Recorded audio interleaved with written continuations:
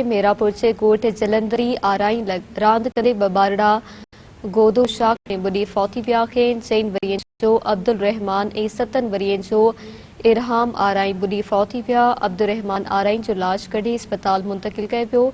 ॿिए जी ॻोल्हा जारी आहे। वारसनि तरफ़ां इंतिज़ामिया खे नीगर जे लाश जी ॻोल्हा में मदद जी अपील कई वई आहे।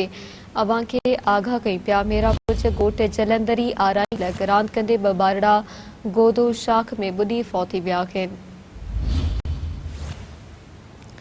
4 वरियनि जो अब्दुल रज़ाक ऐं 7 वरियनि जो इरहाम आराई बुॾी फौती विया। अब्दुल रहमान आराई जो लाश कढी अस्पताल मुंतकिल कयो वियो। ॿिए जी ॻोल्हा जारी आहे। वारसनि तरफ़ां इंतिज़ामिया खे नीगर जे लाश जी ॻोल्हा में मदद जी अपील कई वई आहे।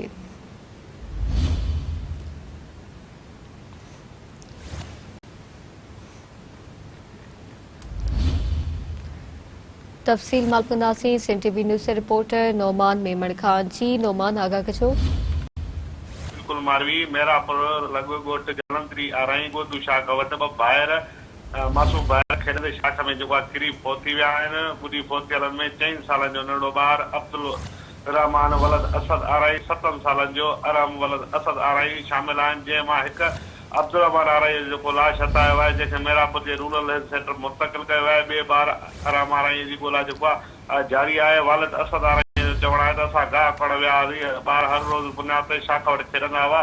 सुबुह खां लापता थी विया। असां ॻोल्हा कईसीं त हिन जा पेरा शाख में विया। उन खां पोइ ॻोल्हा कई वई। हिकु ॿार जो जेको आहे लाश शाख मां हथायो। ॿिए जी ॻोल्हा करियो पिया। इंतिज़ाम में असांजे ॿार जी ॻोल्हा लाश ॻोल्हा करण में जेको आहे मदद करे। ॿिए तरफ़ ॿारनि जे वाक़े जो ॿुधी मुतासिर घर में जेको आहे कोराम मची विया। संदसि अमड़ खे जेको आहे बेहोशी आहे, दौरा पइजी रहिया आहिनि। इलाइक़े में मासूम 2 भाइरनि जी ख़बर ॿुधंदे इलाइक़े में जेको आहे सोग वारी सूरत जेको आहे शायदि आहे। जी मारवी। ठीकु आहे, महिरबानी अवां जी नोमान आगाह करण लाइ।